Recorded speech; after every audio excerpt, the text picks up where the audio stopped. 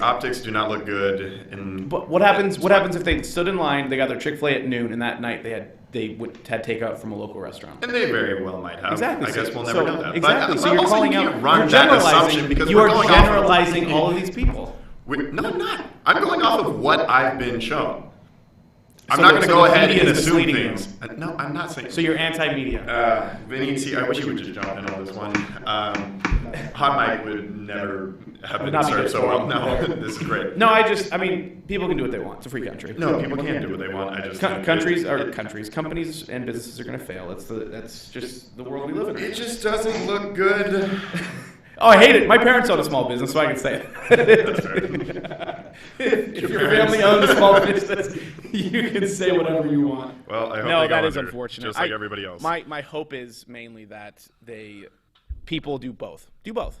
Right? Do both. Is that so much to ask? Do both. All right, good. Welcome to the Locker Room. I'm up? your host, Justin Reed, alongside Andrew Tenney.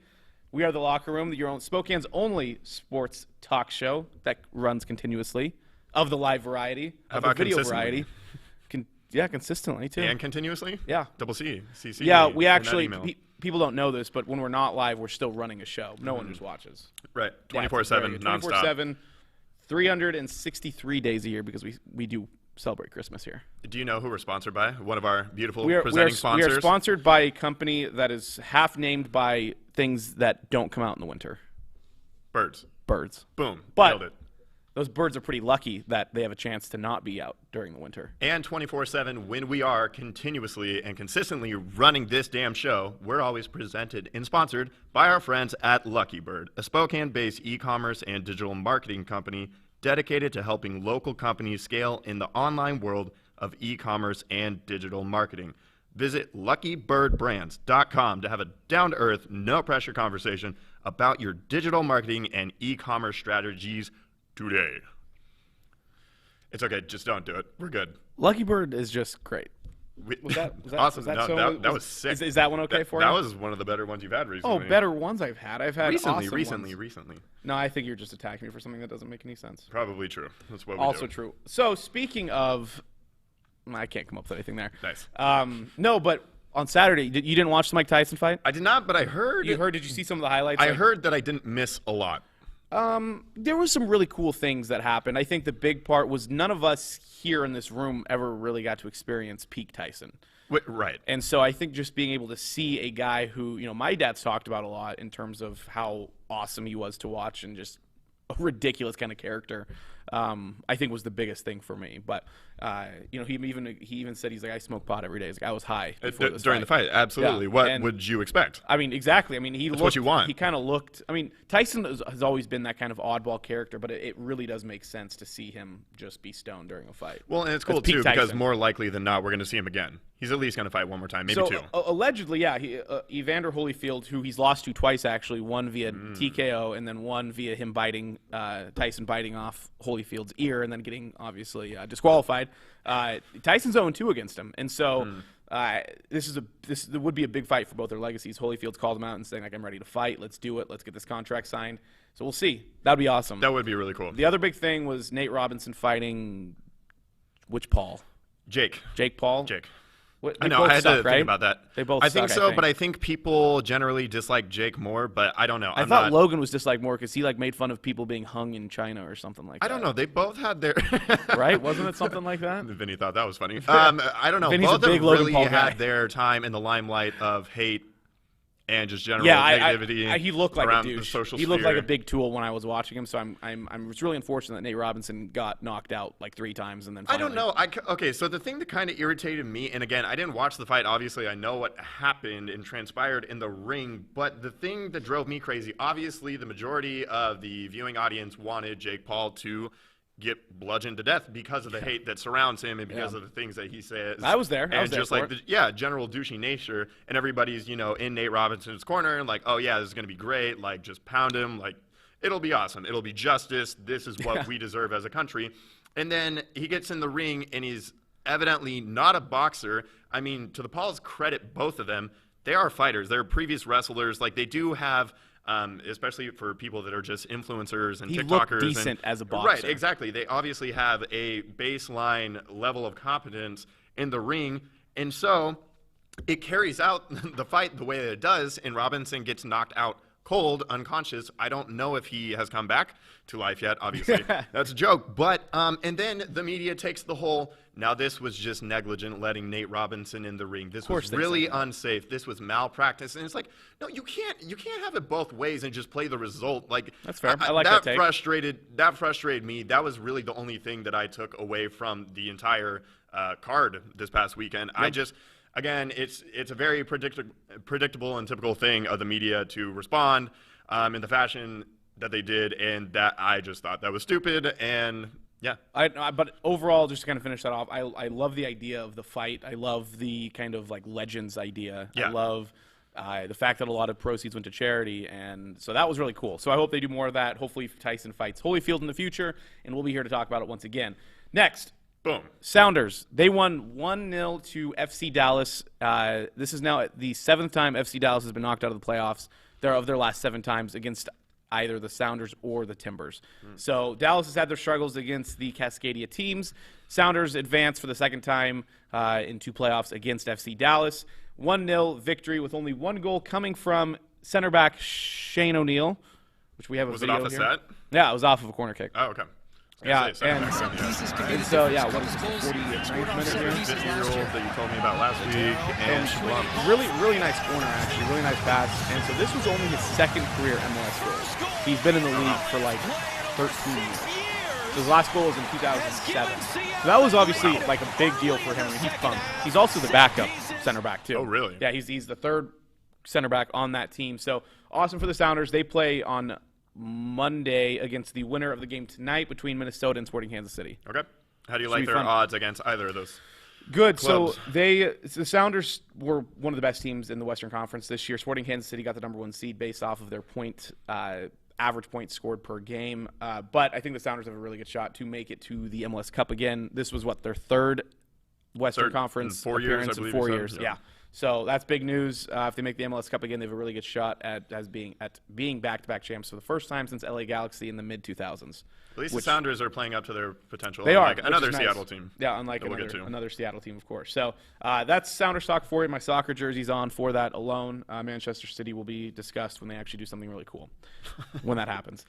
But we had some awesome Zags basketball. We talked on Wednesday last week because Thursday was Thanksgiving, of course. Zags played Thursday and Friday against Kansas and against Auburn. Last night they played 11th-ranked West Virginia. The Zags are currently 3-0.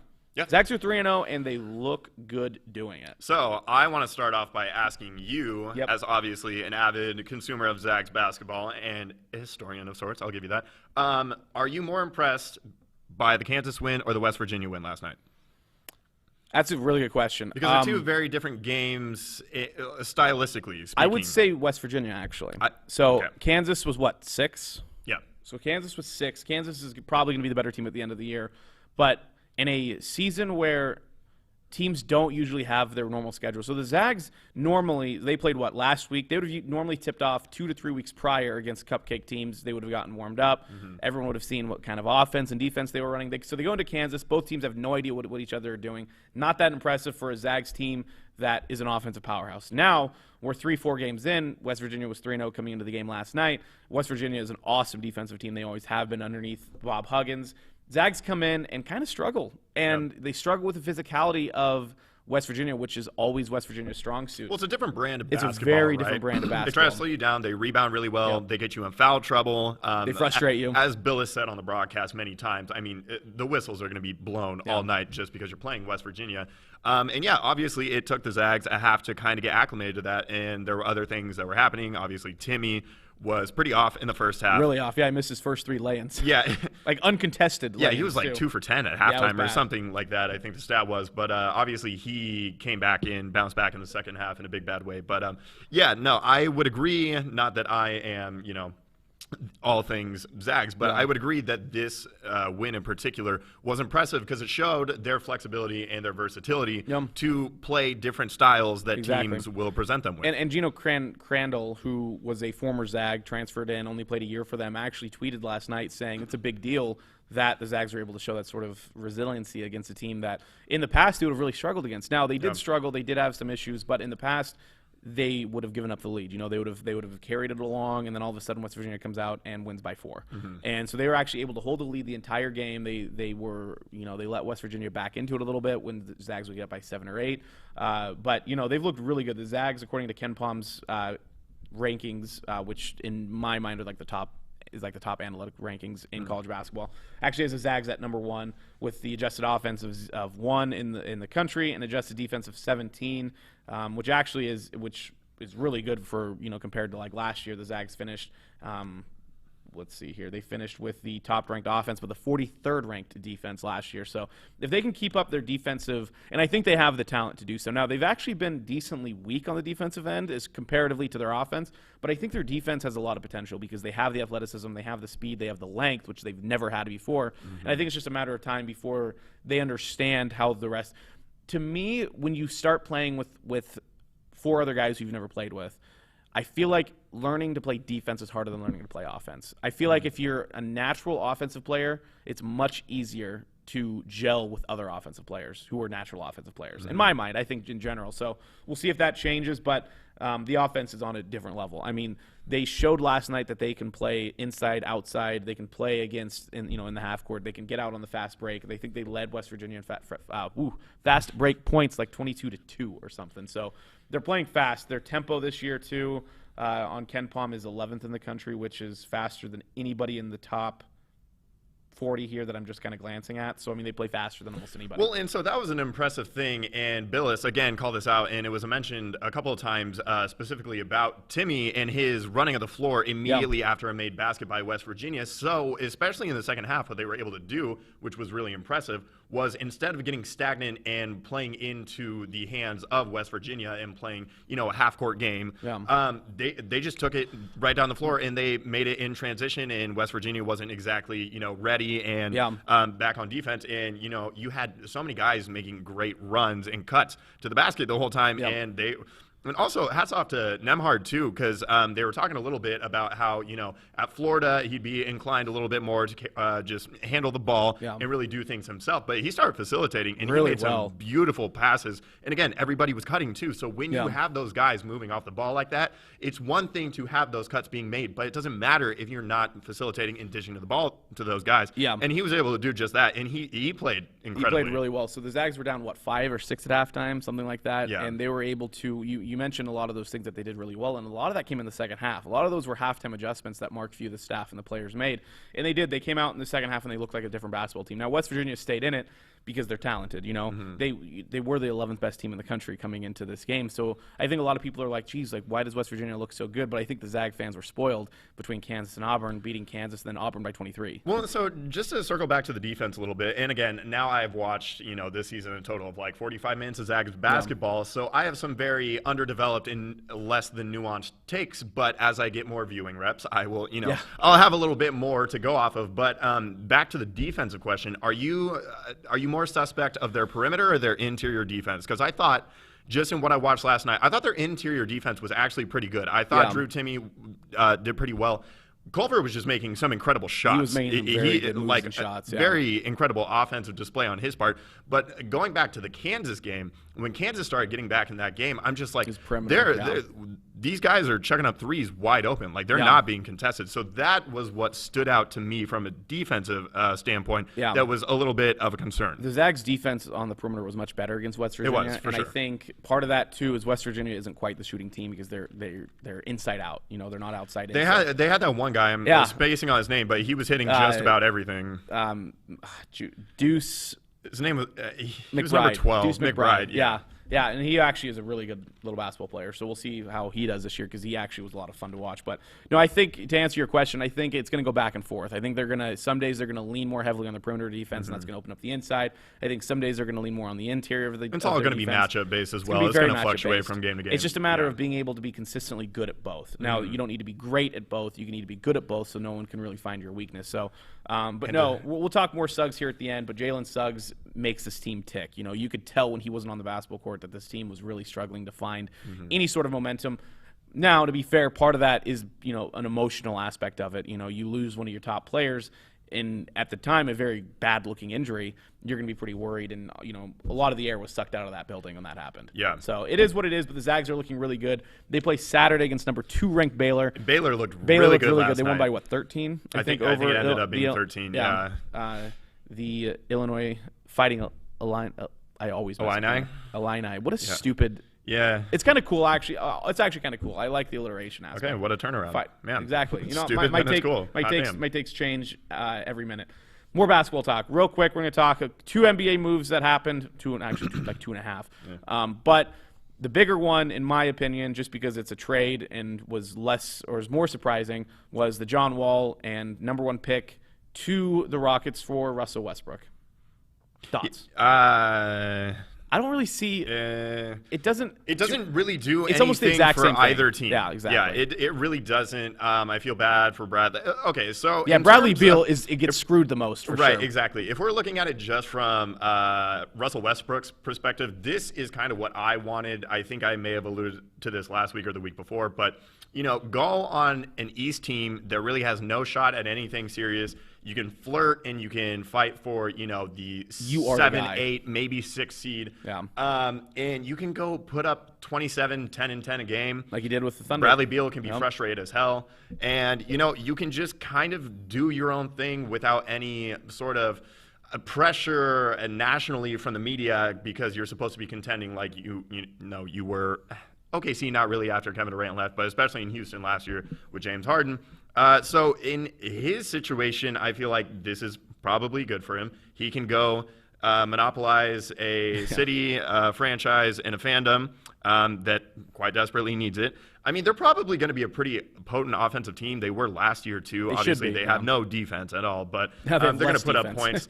And for the Rockets, just a lot of question marks.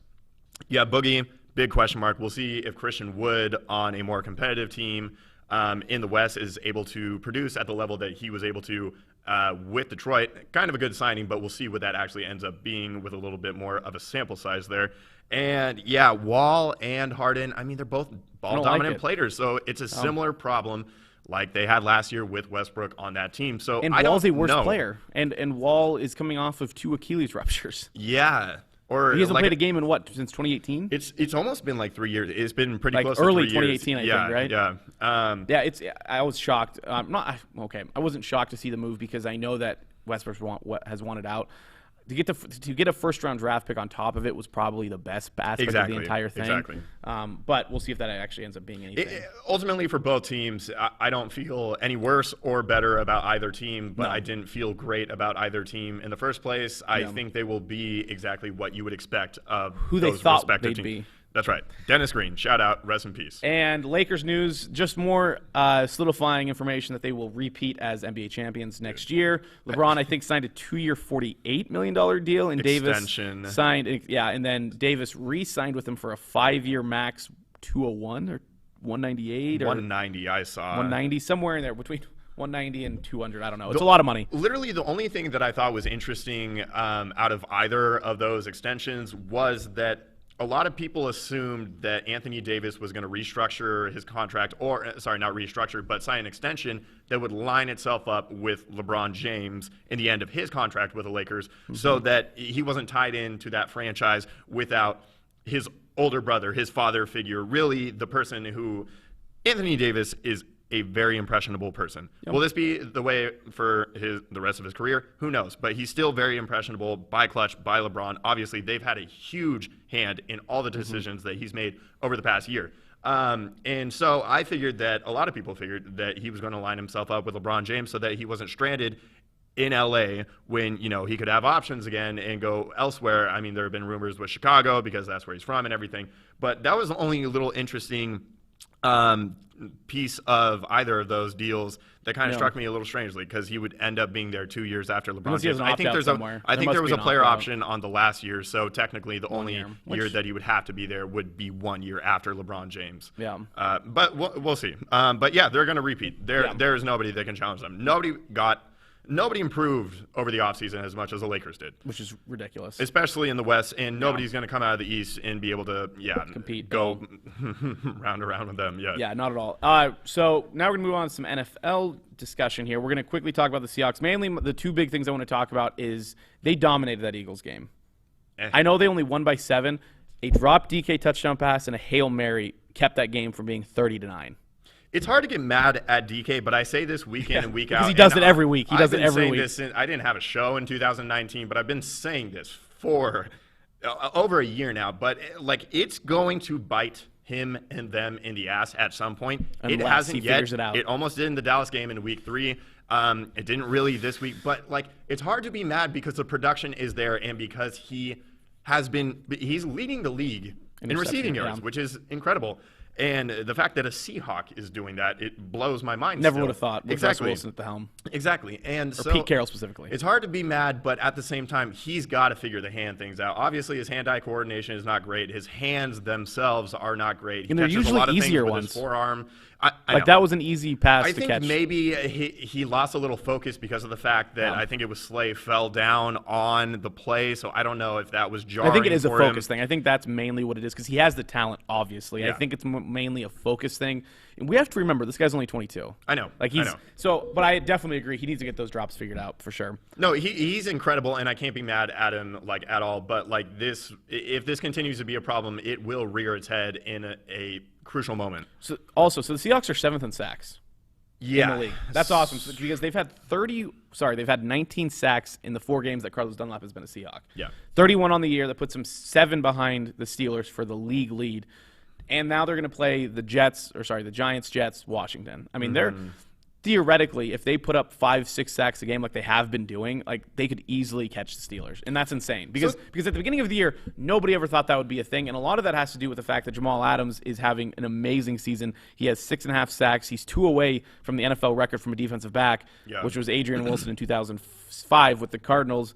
His 18.5 sacks are the most by defensive back in his first 4 seasons since the NFL began tracking sacks in the 80s. So this is my thing, and this is going to be for the rest of the season. They finish up with the Rams and then the 49ers. Obviously, those are going to be the 2 more telling opponents and games, based on how Seattle ends up doing in both those games. But yes, like you mentioned, they have this stretch against the NFC East here and then the Jets.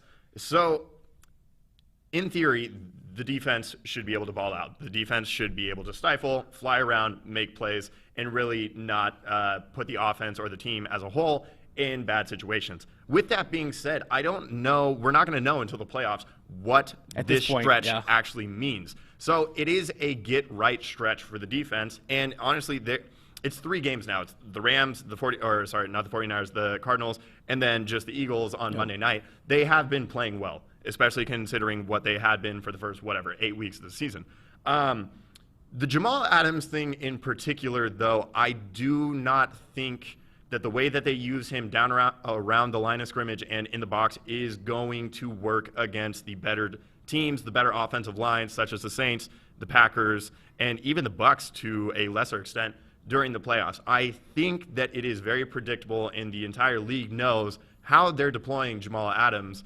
So that's something that worries me. Yes, it's cool, and he's been putting up numbers, but I'm not sure that it's actually going to ultimately be effective when it matters. I think it'll be okay. I think mainly because they utilize him as a box safety a lot, but he does have coverage skills. Now, I know he's given up specifically like maybe 3 big plays that I can think of, and I think a lot of that has to do with he's learning the scheme, and he's learning. The Seahawks are still learning exactly how to utilize Jamal Adams as far as, is he a linebacker kind of player? And the time away didn't help that. He missed an entire month. And he's still dealing with that shoulder injury, which he said he's feeling better every single week. So that also is a big difference. But let's move on to some picks. We'll go through the picks. That's all you got? You don't? No, I think the Seahawks are exactly, and I'm not kind of go back to we know who the Seahawks are. They're an offensive juggernaut when they need to be, and I think they are because if you look back the first 4 weeks, 5 weeks of the season when they didn't have a great running game, they at least had the threat of a good running game. And then when both Hyde and Carson went out, that was the big issue, because then Wilson felt like he had to press, and Wilson had to feel like he had to win the game. And so I think as long as they stay healthy in their key positions, they're a Super Bowl winning team. Okay. Yeah. Sure. Yep, that's me. All right, Saints over the Falcons. Okay, yeah, Saints. This is also my pick. Detroit at Chicago. A very interesting game. Okay, so I'm going to go with the Lions just because now that Matt Patricia is no longer there, That's a good point. am more inclined to root for the Lions, and I already, am pretty bullish on the Lions just because they're a sad, sorry franchise, and I think it's kind of cool when they do well or That's fair. perform And over Stafford, expectations. too. Yeah. And I love Stafford, yeah. Doesn't get enough credit for what he's done there over the past decade. I'm going to go with the Lions just because of the fact that they had a big, change within the organization. All right, AJ, going with the Bears. Nice. Going with the Bears for sure. Then we have the Browns at the Titans, which actually is becoming a better game every week. I think it's going to be a repeat of Week 1 last year. I think the Titans are probably going to expose the Browns for what the Browns really are. I agree. I also think The Browns have not been playing good teams at all. No, and they've gotten lucky, too. They've been marginally winning these games. Obviously, we've already talked about their formula for success, which has worked. When it has worked against lesser teams, I don't think it's going to work against the Titans. Bengals at the Dolphins. Yeah. Bengals are not good, especially now that they lost a quarterback. Jags at the Vikings. The Vikings. Don't disappoint me. Don't screw this up. You thought about losing last week to the Panthers. Another easy game here to pick. I also going to pick the Vikings. Raiders at the Jets. I mean, Raiders look terrible, but the Jets are one of the worst teams of all time. Yeah, you can't lose this game. Raiders. Colts at the Texans. If Will Fuller did not get hit with a PED ban, I'd be very willing to take the Texans. What's really funny is, of course, this is the first year that Will Fuller has consistently stayed on the field and hasn't, thrown his hamstrings into the stands. Yeah. Now we know why. Yeah, Perhaps. Unfortunately, yeah. It could be. I'm going to go with the Colts, even though I am tempted, just because the Texans got a little something going. I think Deshaun Watson is really, hit his stride with the offense. But, yeah, the loss of Will Fuller is going to take away that deep threat, and Colts got to bounce back. So I would think that a well-coached Colts team is going to win. Definitely think so. Then we have the Rams at the Cardinals. I don't know. This was the hardest one to pick. This is definitely the hardest one. I really don't know. I'm going to go with the Rams just because they have a defense, and I trust the defense more than I trust either phase of the Cardinals team. I agree. I also want to pick the Cardinals. I hope they win, but that would be great. This is another one of those games where it was I hope the Niners win, but they're not. I mean, it's going to be the Rams. Yeah. Then we have the Eagles at the Packers. Packers. Another actually decent game. We have the Patriots at the Chargers. All right, this is where I try to make up ground. Also, that's I'm dumb surprised. because I'm going to pick the Chargers. Shit, dude. I literally have it typed out here. God damn. Yeah, I can't go away from that. I can't. Yeah. I can't. The Chargers. Oh, by the way, before we get too far into this, I went 13-3. Yeah. So it's an awesome week for yours truly. Really good. I mean, I'm really happy with what I did. Yeah. So I'm up by 3 games now because you actually had a decent week. I had a decent week. I shouldn't have chose the Bucks, and I shouldn't have chose the Cowboys. Yeah, that was That's bad. it. You never picked the Lions or the Cowboys on Thanksgiving, and I picked the Cowboys. And you did. That is on me, but yes, you were up by 3, so I'm trying to make up ground, yet you but I'm are not letting choosing. you. Yeah, apparently not. Then we have Broncos at the Chiefs. Broncos. No, I'm kidding. I was going to say that would be a very bold way to make up ground. Definitely the Chiefs. Oh, here we go. Broncos. Speaking of the Broncos, this is an awesome time Nice for our segue, producer. That was an Vincent. awesome segue. So I saw this picture this morning. I was laying in bed. I woke up. This was one of the first things I saw. So I was on the toilet when I saw this. Yeah, classic. it was great. Orlando Franklin was a very decent offensive lineman for the Broncos in his heyday. Decent. Wow. And because I don't really remember him being a star, but I think he was good. I think he was good. No, very decent. So It's a nice compliment. offensive linemen obviously are big boys, and they literally train themselves to be big boys. And he retires, and he drops, what does that say, 84 pounds? 84 pounds since he retired. That is insane that those two people are the happens same. to every offensive lineman that becomes really does. an analyst or a media It guy. really does. You see it all the time. But this is big. That guy looks completely different because you look at some of these guys and I can see you. Now, if I saw these two people on the street, obviously this isn't physically possible, on the street next to each other and they said, "Are we the same person?" I'd say, "Not a chance in hell." Also, I would be terrified to run into the guy on the left at the bar. Yeah, the guy on the right, I'd be like, okay, we can have a conversation. That guy would lift me up with his offhand and throw me about 67 feet across the room. Yeah, and I want to talk about stock trade options with the guy on the right. So yeah, exactly. Two very different guys. Good Two on very you, different guys. Orlando Franklin. Yes, awesome time to pull that up. That was the Broncos Chiefs. We both picked the Chiefs. Then we have the Washington football team at the Steelers. There was a world in which I could have talked myself into the Washington football team finally upsetting the Steelers because the Steelers keep playing these close games against inferior opponents and just generally have had a cakewalk of a schedule. So, I mean, you can't hold it against them because you have to play who's on your schedule. It's not up to the Steelers. Yep. But the fact that it's in prime time, nah, Steelers. Yep. I also agree. Then we have Buffalo at the Niners. I think the Bills can win this game, but I think it's going to be a good game. I think San Francisco down the stretch. I think San Francisco is going to give every opponent left on their schedule a run for their money, just as they did last week. Wait, so who'd you pick? The Bills. Oh, okay. I also want to pick the Bills. Shit. Yeah.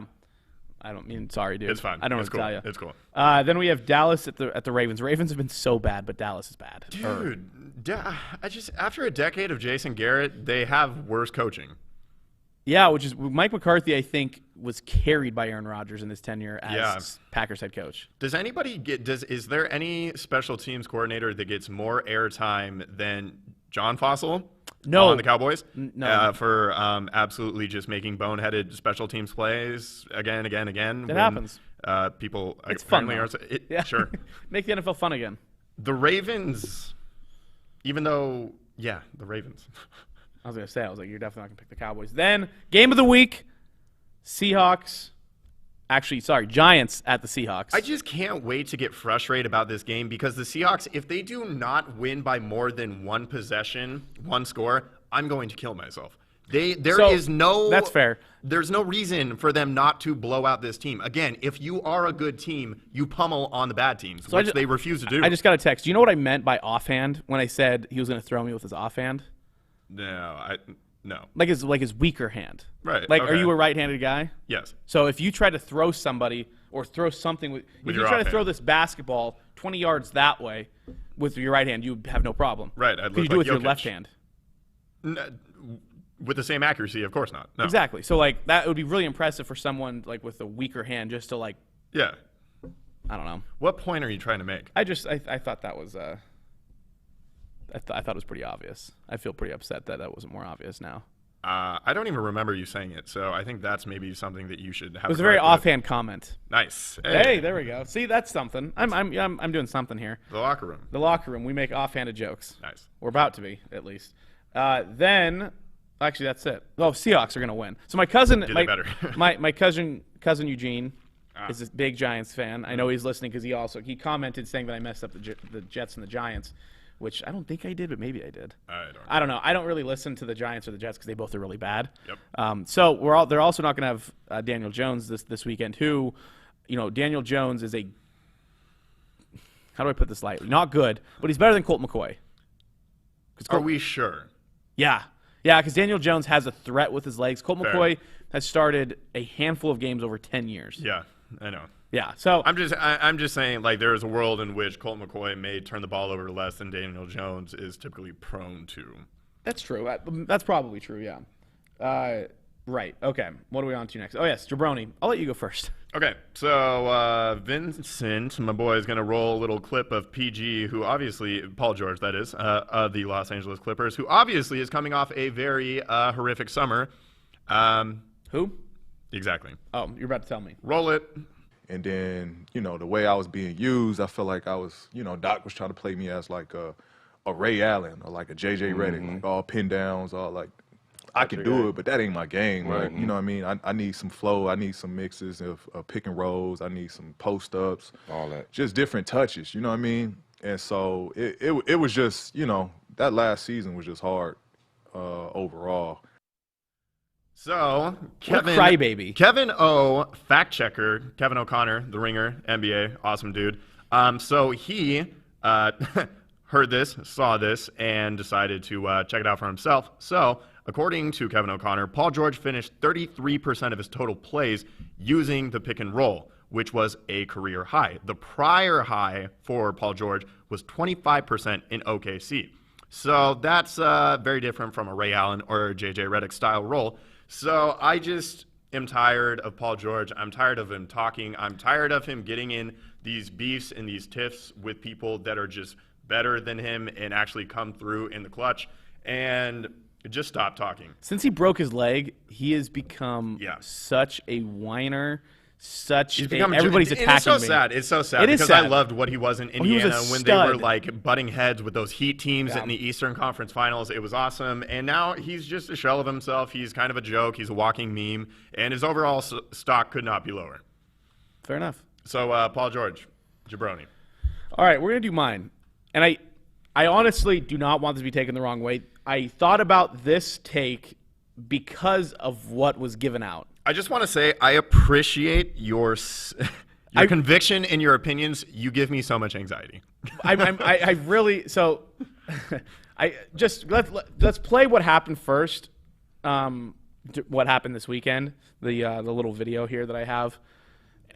This is Vanderbilt. About Yeah. to witness history in college football. Vanderbilt sucks. Vanderbilt's a very Vanderbilt bad Commodores football coming team. back They onto don't. the Let's field. They skip will ahead kick to. off start the second half, and Sarah Let's skip ahead to Fuller win for that 5 person. Yeah, here we go. football game, and there she little bit is more. wearing number championship in Orange Beach, This'll do. Alabama. So this is Sarah And Fuller, wouldn't you know it? first woman History ever to kick is on the field in a Power 5 Columbia, conference football Missouri, game. as Sarah That's Fuller awesome. is about to That's put really her cool. right foot I would love to have into seen her a kick a field football, goal speaking because I think that would have volumes been to even women more awesome. around the But she kicks off here. This is the only kick she gets because Vanderbilt is that bad they didn't even get a chance to kick off more than once. She has a squib kick here. It goes about 30 yards. You know, not people could do that, but that's exactly what her coach wanted her to do. So, you know, I don't care about this. That's awesome. She's doing her thing, right? And the kick down at the 35. The issue I line have- is Sarah Fuller. Oh, we can bring it back here. Happy Thanksgiving. The issue I have is she got co-SEC Special Teams Player of the Week. Now, that part is okay on the surface. I like that we are building her up and like saying that this is a big deal. My take is, separate from exactly what happened here, we should not be giving out participation trophies in sports or in life. All right. And again, not centering specifically on this. This just reminded me of it. Yeah. This just reminded me of the fact that I hate participation trophies because it clouds our judgment that there are winners and that there are losers. She's a winner. I would have loved it if 3 weeks from now she kicks a field goal and she gets Special Teams Player of the Week. I would have been, that is freaking awesome because she deserves all the credit in the world. Yep. She deserves every single ounce of respect, and like that's cool. Like she's cool. Yeah. She's hanging out. She's hanging out with the football team. Everybody's like, that's the badass player that just like kicked for an SEC powerhouse team. But I just don't understand why we have to hand out a trophy to her until she kicks a field goal or she does something that actually is really like stat worthy. Again, not taking away from anything that she did. Yeah. But there are in life. I got participation trophies playing SYSA, playing YMCA, and I don't think that was right. But my parents, specifically my dad, made it clear that You're there a are winners loser. and there are losers. And if we didn't win, we weren't winners. And if we didn't, and if we lost, we're Yeah. losers. So, but to go back on all of that, that entire thing was awesome. It was that reminded me of this take. Okay, so you were a lot more diplomatic and deliberate about that than I anticipated you being. So See, I really don't have a lot to push back that's on that. fair, right? Like, I yeah, think- okay. No, I definitely think that's fair. I'm not. The thing is, I'm not like upset about her being No. named. No, I'm not because upset of the- about it. No. But like, what I'm saying is, it's so predictable, and you can see it coming from miles away just based on where we are today and the social climate and Definitely. with media coverage and what they lean into and what they like to showcase. It's the exact same thing when Alex Smith played one snap and people were like, he's the comeback player of the year. And I was Right. like, Right. really? Like, are we sure about that? Like, I understand he came back from a life-threatening leg injury, Right. but just because, like, I also didn't appreciate that. And so, like, I just think this whole social climate and idea of you get it because you were there doesn't quite add up in the long run. Well, especially in competitive realms and result-based, I don't know, situations. Yeah.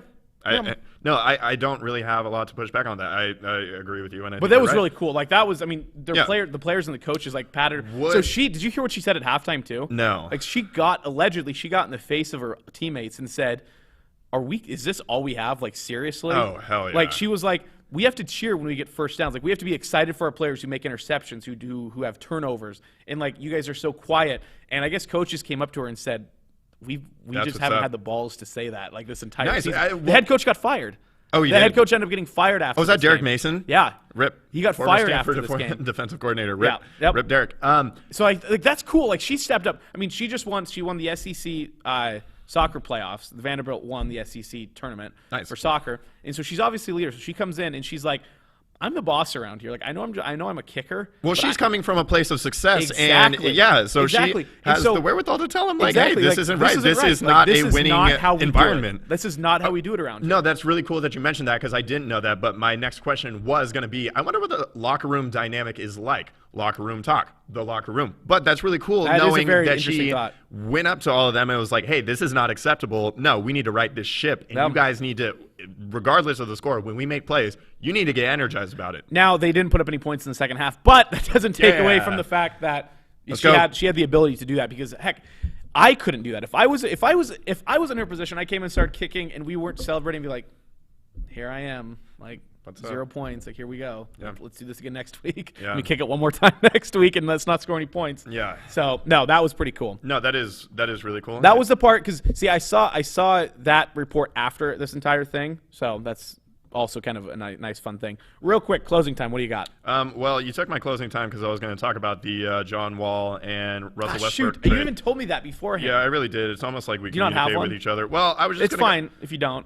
Not really. I was going to go over the NBA Christmas slate. Some interesting That's fair. matchups. I'm very excited. We are now 19 days away from the tip-off of the 2020-2021 NBA season. And so Christmas Day, you got the Pelicans at the Heat. You got some young talent. You got the Adebayo. You got Alonzo Ball and Zion Williamson. That's fun there. We got the Warriors at the Bucks.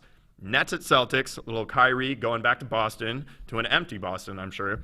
We had the Mavericks and Luka at the Lakers against LeBron and AD and all of their offseason signings. And then we had the Clippers, again, at the Nuggets, who bounced them from the playoffs and from their title contention. So, pretty solid. I mean, this is to be expected. I mean, this is what you get from the NBA on Christmas Day. It is their day. It is, They do a much better job on Christmas basketball games than the NFL does on Thanksgiving football games. 100%. And it's not even close. This season was an abomination, and yeah, Thursday sucked from that standpoint. But yeah, that's what we got. Perfect. Yeah, you? All right. Well, I'm a doctor now.